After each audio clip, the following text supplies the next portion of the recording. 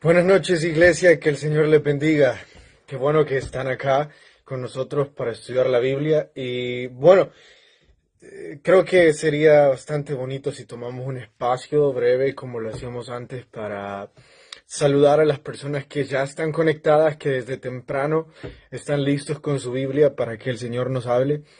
Eh, un saludo para Nicole Salinas, una persona muy importante. Hermano Romeo Amin, qué bueno que nos acompaña siempre. Él es un fiel estudiante de la Biblia con nosotros. José Alexander también es un buen amigo, que ahí está con Eduardo Meléndez, otro buen amigo. Hermana Sonia Hernández, la extrañamos en la iglesia. Sé que usted siempre está conectada en los cultos, en el club y demás. Hermano Francisco Meléndez, qué bueno saber que ya está acá también. Veamos. Marina Gamero también es parte de nuestra iglesia, qué bueno que esté conectada. Y Patricia Beltrán, si no me equivoco, am, es desde Zacatecoluca. Y luego tenemos a la hermana Milagro de Rosa, a Malena Hernández y a Ricardo Ventura que etiquetó a Alexandra Shevok, que es su esposa ahora.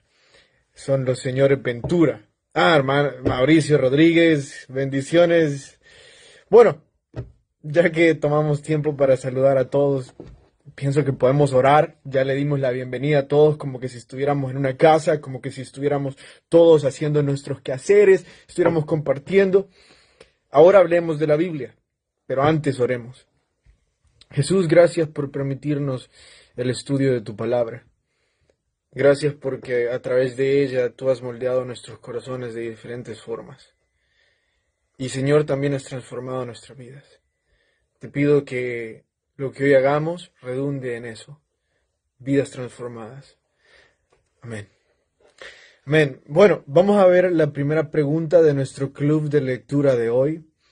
La primera pregunta dice así: ¿de quién era la culpa de que José fuera aborrecido por sus hermanos? Am, si nosotros nos vamos a la historia y a lo literal que está presentado en ese capítulo, vamos a vernos tentados a decir que una de las razones que los hermanos de José, recordemos que eran 12, y estos 12 tenían 4 diferentes madres. Algunos de ellos eran de una, otra de otros, y así. Jacob tuvo varias mujeres. Y lo que sucedió es que el único que poseyó una túnica de colores fue José. Ahora, ustedes pensarán, ¿y qué? ¿Qué tiene que ver una túnica de colores?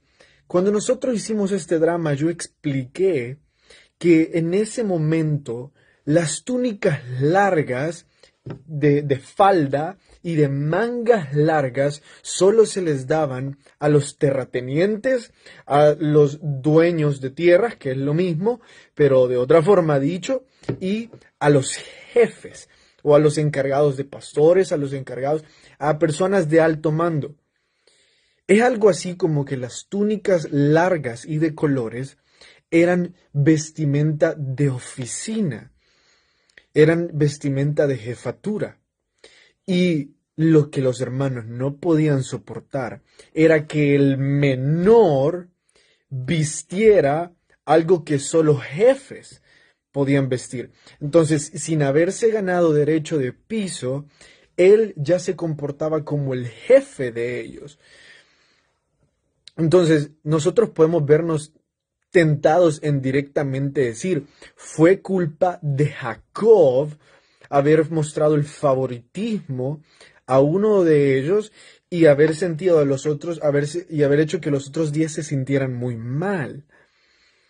Pero nosotros tenemos que ir un poquito más atrás en la historia para entender bien los resultados de los problemas familiares.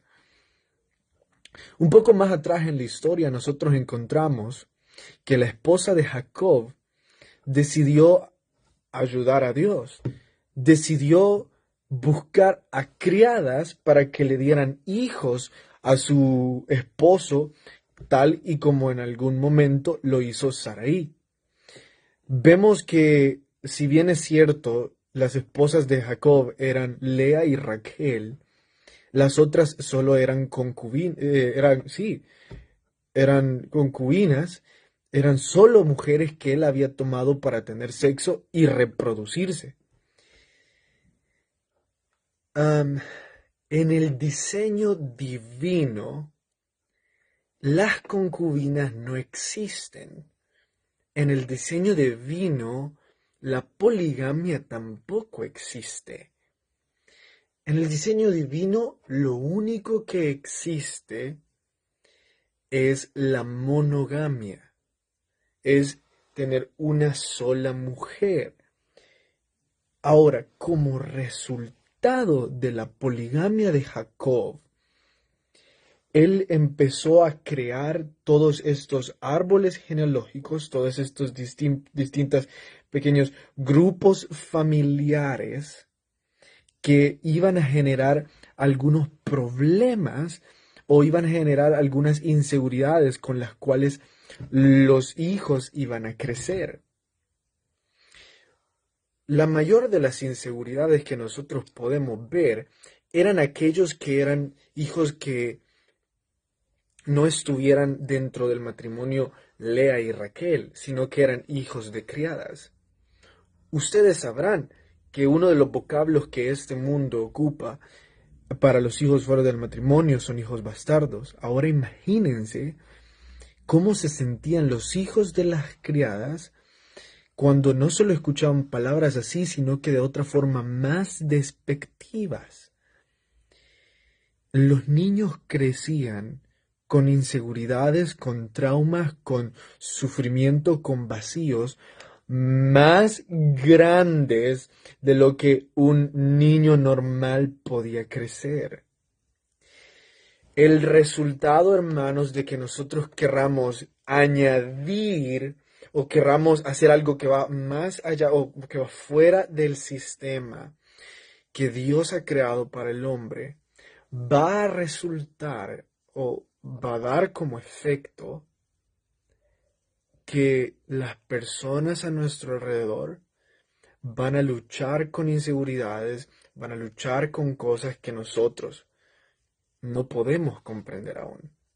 Jacob no sabía que al meterse con sus criadas o al aceptar tener hijos con sus criadas, y esas criadas iban a dar a luz hijos con resentimiento, con dolor, con inseguridades, que después iban a odiar a su hijo legítimo al punto de meterlo en una cisterna y después venderlo.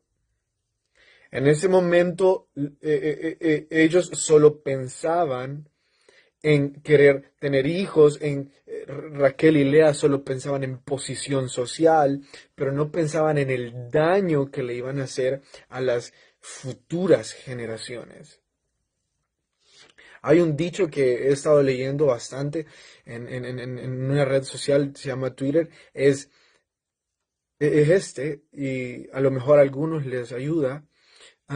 Vayan a un psicólogo para que nadie tenga que ir a un psicólogo por ustedes. Entonces, el punto de esa frase es, resuelvan sus problemas mentales para que sus problemas mentales no afecten la mente de otros. Ahora, yo no creo que la psicología tenga más poder que mi Jesús. Entonces yo diría, vayan a Jesús antes de ir a formar una familia. Manténganse todos los días pegados a Jesús, porque, o si no, un día, si no nosotros nos alejamos de Jesús, puede ser de que estemos quebrando a alguien más, puede ser que estemos arruinándole la vida a alguien más. Y no precisamente con la buena intención de decir, sí, es para que busque a Jesús. Porque a veces puede llegar a causar eso una mayor dificultad a que busque a Jesús. Entonces, si queremos responder la pregunta de quién era la culpa que los hermanos de Jacob, de José, odiaran a José, tenemos que empezar por qué tenía hermanos que no eran de la misma madre. Ahora, si la respuesta la reducimos a está bien, quizás todos eran de la misma madre, pero aún así lo odiaban, entonces ahora sí tenemos que irnos a Jacob. Trataba con favoritismo a un solo hijo, haciendo que él mismo sufriera cosas extras de las que tenía que haber sufrido. Entonces tenemos dos respuestas, una que abarca en sí los matrimonios de Jacob y otra que abarca la forma en la que crió a José. Cuando estamos hablando sobre la familia, tenemos que tener en cuenta todos estos ejemplos para no repetirlos en nuestra vida. Son tantos los hijos que son mayores, que crecen con algunas inseguridades por el puesto que el menor jugó en el matrimonio. Y hermanos, estoy siendo bastante serio. Mi trabajo es hablar, es escuchar, es saber sobre las vidas de muchos jóvenes, de muchos adolescentes. Y son muchos los que han dicho que fueron los mayores, o sea, son los mayores, o sea, fueron los únicos en su momento, fueron los favoritos, fueron los amados. Luego vino el menor, tomó el puesto que él tenía antes y este se sintió olvidado. Y a partir de eso empezaron a salir muchas inseguridades y los comportamientos que tuvo él mismo fueron como resultado de esas inseguridades. Suele pasar bastante. Hay muchas cosas que la Biblia tiene que nos ayudan a ver si nosotros estamos tomando esas vías o estamos cometiendo esos errores en nuestras familias. Y yo creo que ningún padre quiere arruinar a su hijo. Creo que la mayor parte de padres tienen solo los mejores deseos llenos de amor para sus hijos, pero a veces no se dan cuenta que tanto quieren hacer por sus hijos que terminan arruinándolos y terminan dañándolos más de lo que deberían o más de lo que este mundo podría ser. Bueno, la Biblia está ahí para eso, hermanos, para que podamos ver si estamos cometiendo ese error. ¿Vertir en tierra es masturbación? Pregunta 2. ¿Qué aprendemos de esto? Es muy bueno que hablemos de la masturbación porque es uno de los temas más hablados otra vez dentro, no solo, ¿saben? Sorpréndanse, la masturbación hoy en día y la pornografía no solo es de los temas más hablados en los jóvenes, sino que en general en cualquier persona que tenga acceso a un celular o a internet. Entonces sí, vamos a hablar de la masturbación, pero primero vamos a dejar esta respuesta bastante clara. La historia de Génesis capítulo 38 no está hablando sobre masturbación. La historia de Génesis 38, cuando la Biblia dice vertir en tierra, es algo totalmente diferente a la masturbación. Y digo esto porque he escuchado a pastores decir, maldito el hombre que vertiera en tierra. Y eso no está en la Biblia. He escuchado pastores decir cosas así, tratando de hacer alusión a la masturbación. Y sí, la masturbación es pecado, pero no, no en ese capítulo. Ese capítulo no habla de la masturbación. Déjenme darles un poco de historia sobre lo que está pasando en ese capítulo.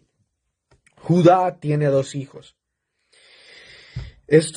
Bueno, 3 hijos, pero 2 mayores y uno muy, muy menor. Entonces, estos 2 tienen a sus mujeres, contraen matrimonio, se casan y todo, pero el mayor, el primero, muere sin antes haberle dado un hijo a su mujer. culturalmente, la mujer que no podía dar a luz un hijo o que no tenía hijos era desamparada por la familia del padre y tenía que ser recibida por su familia, otra vez en su casa como una criada, como una esclava. Yo sé que suena feo, es la cultura de antes. Entonces, la mujer del primer hijo, no les digo nombres porque son raros, el nombre de este tipo es no creo que ustedes lo recuerden, pero si quieren que diga nombres, la mujer de Tamar se llamaba, se entristeció. Entonces, Judá hizo algo que es totalmente bíblico, a esa práctica se le llama la práctica de la de redención, que si un familiar moría, si un hombre moría, su hermano tenía el deber de redimirla, es decir, pasarla a ser parte de su familia y cuidarla, siempre y cuando uno, como condicionantes, este no estuviera casado, dos, su esposa estuviera de acuerdo, o tres, bueno, tres, si su esposa no estaba de acuerdo, entonces no lo podía hacer. Entonces, la mayor parte de veces ellos recibían a las mujeres porque no estaban casados. Otra gran mayor parte de veces no lo hacían porque estaban casados y querían respetar la monogamia. Entonces, el hermano de cuando Judá le dice, tenés que darle hijos y tenés que tener sexo con Tamar, él empieza a disfrutar del sexo, empieza a disfrutar de Tamar, pero como sabe que la descendencia de él no será, o sea, los hijos de él serán como hijos de su hermano, como hijos de la gente dirá que son hijos de no hijos suyos, se llena de egoísmo y empieza a vertir en tierra. O sea, no culmina el acto sexual y el punto es no dejarla embarazada, sino que en vez de vertir adentro de la mujer, vierte en tierra. Lo que ocasiona eso es que disfruta de sexo y no le da descendencia a Tamar. Esto delante de Dios es terrible, porque él estaba abusando de una mujer, haciéndole creer que le estaba dando hijos, cuando no era así. Lo que Dios castiga no es que él se estaba masturbando porque no se estaba masturbando, aunque Dios sí castiga la masturbación, pero no se estaba masturbando. Él simplemente estaba adulterando. Bueno, no simplemente, sino que estaba adulterando. Y eso es lo que Dios castiga. Hay algunos pastores, algunos estudiosos de la Biblia que han dicho que vertir en tierra es un eufemismo.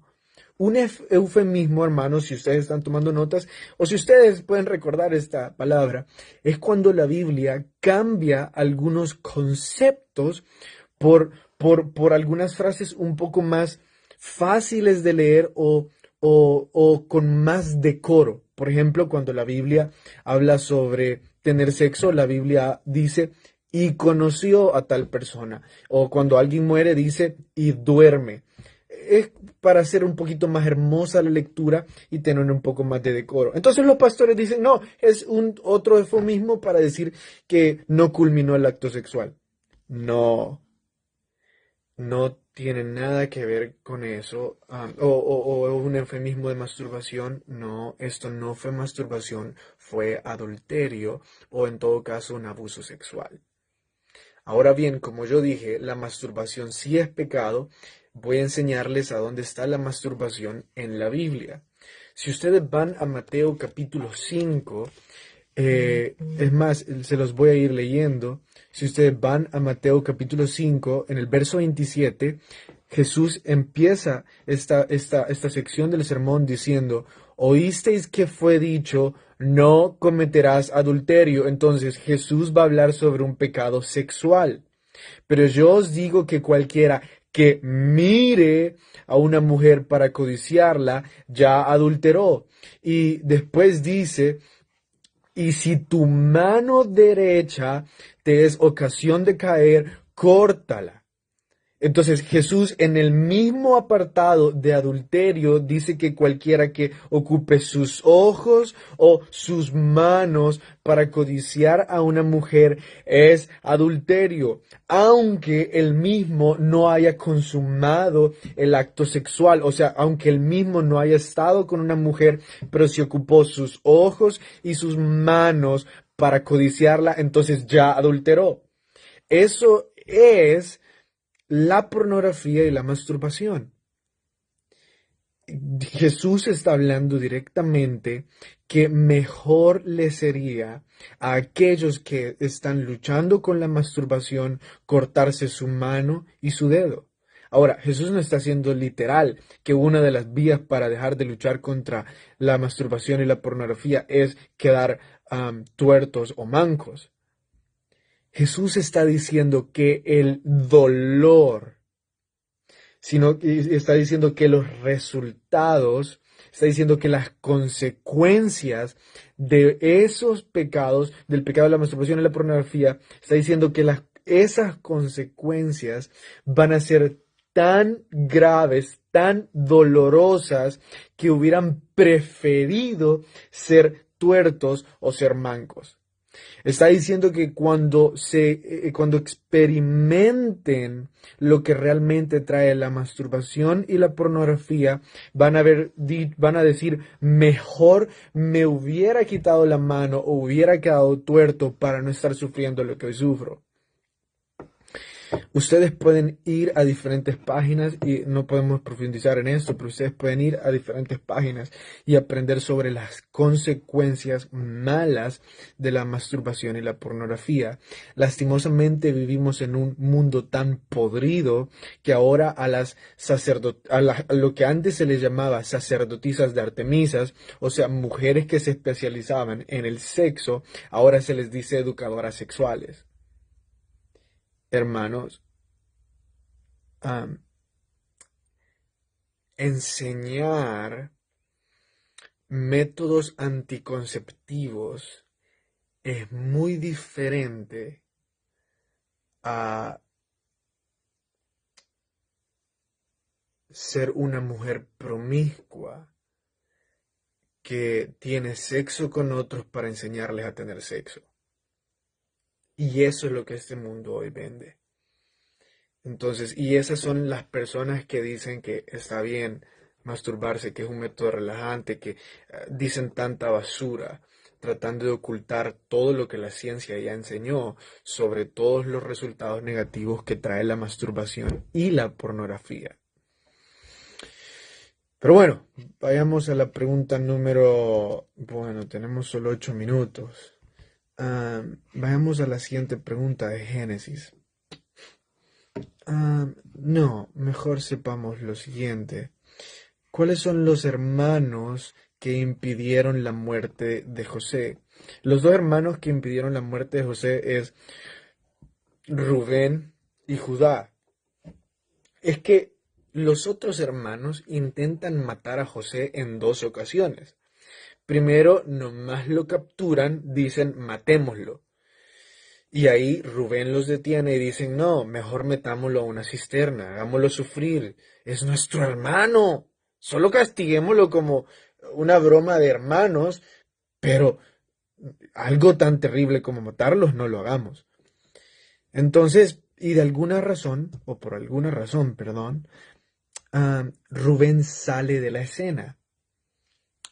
Y ahora solo están los demás hermanos o un grupo de hermanos con Judá.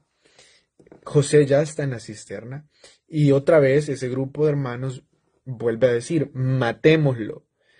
Ahora Judá es el que salta en escena y dice, mejor no lo matemos, saquemos lucro de esto y vendámoslo a unos ismaelitas. Y sí, eran algo así como primos, sin que ellos supieran. Sí, los ismaelitas eran primos de segunda generación de los hijos de Jacob. Debemos de recordar que Ismael es el tío de Jacob.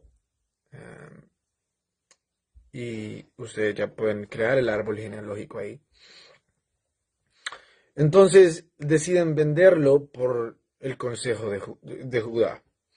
Ahora es bastante triste ver que Rubén y Judá tenían un corazón para no dañar a otros, pero no tenían la fuerza de voluntad para hacer lo correcto.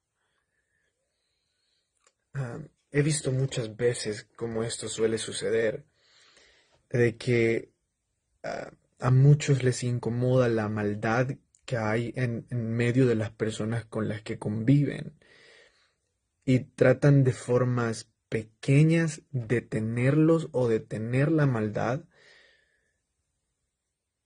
pero no dicen abiertamente que está mal. He visto como compañeros de trabajo no dicen malas palabras, pero tampoco son una luz al decir, está mal decir malas palabras. Hermanos, hemos sido llamados a ser luz, y la luz no se esconde. La luz se pone en una mesa y se deja brillar. Bueno, vayamos a las preguntas del libro. La pregunta número 1 dice, ¿qué destruyó? Dame un segundo, se me movió la pantalla. Am, ¿Qué destruyó la muerte de nuestro Señor Jesús? Entonces, cuando Jesús murió, el libro nos dice que cuando Jesús murió y se puso a sí mismo en la cruz, esa palabra destruir es reducir a nada, es volver a algo inservible. Y el libro nos enseña que cuando Jesús muere, Él vuelve a Satanás inservible. Él vuelve que Satanás ya no pueda ser útil para nada porque ahora Satanás ya no tiene poder sobre nosotros. E incluso aprendemos que Satanás sí es el príncipe de este mundo, sí, él, y lastimosamente, él sigue pudiendo hacernos cosas bajo la condicionante que Dios lo permita. Entonces, Satanás no tiene poder sobre nosotros porque Jesús lo hizo inservible. Cuando Satanás tiene poder sobre nosotros, solo hasta donde Dios lo permita. Entonces, sí, a veces Dios va a permitir que nosotros seamos tentados, Dios va a permitir que a veces seamos atacados, por supuesto que sí, porque Dios tiene un plan mayor después del ataque. Los dos errores que cometemos am, con respecto al temor a Satanás. Un error es subestimarlo y el otro error es sobreestimarlo. Entonces, un error es pensar muy poco de él y otro error es pensar que él es demasiado. Recordemos que él es un ser creado que no cuenta con las mismas características de Dios. Satanás no es omnipresente, o sea, él no puede estar en todos los lugares. Satanás no es omnisciente, él no lo sabe todo. Satanás no es todopoderoso, o sea, él no puede hacer todo lo que él deseara hacer, solo Dios es así. Entonces Satanás es una sola persona que puede estar en un solo lugar a la vez, por lo tanto tiene omnipresencia limitada. ¿Y por qué entonces ocupamos el concepto omnipresencia si él es solo una persona y no puede estar en varios lugares a la vez? Porque tiene tantos secuaces, tiene tantas personas, no tantas personas, sino tantos demonios bajo su mando que puede atacar en diferentes lugares a la vez sin necesidad de él estar ahí. Pero él no puede estar ahí. ¿Cuándo estamos a salvo del poder de Satanás? Cuando nosotros estamos caminando bajo la luz del camino de Cristo. Hermanos, no importa dónde estemos, aunque ande en valle de muerte, no temeré, porque Jehová estará conmigo. Satanás es el príncipe de este mundo, pero Jesús ya venció. Si nosotros estamos bajo la voluntad de Dios, nada ni nadie va a poder acercarse a nosotros. Espero, iglesia, que hayamos aprendido mucho de la Biblia este día. Espero que pasen una muy buena noche. Que el Señor les bendiga, hermanos. Nos vemos el viernes a las 9.